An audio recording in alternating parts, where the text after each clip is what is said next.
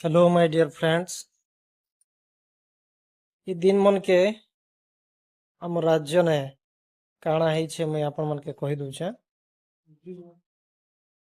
Teachers माने protest करिछन विधानसभा आगे। सबु ध्यान राज्यवासी मनकर सबु ध्यान से टीचर्स मनकर आड़े, मीडिया वाले मनकर ध्यान टीचर्स मनकर आड़े। एटा पूरा लुकी छपी करी सरकार काଣା करिछे गोटे बिल पास करे किना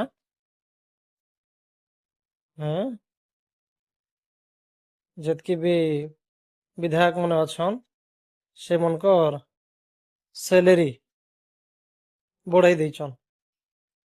एटा तो नेता मन चाहूछन जनतार ध्यान भटकू, इयाड़े सियाड़े भटकू और मलई खाइबे बड़ बड़ नेता। एटा दरकार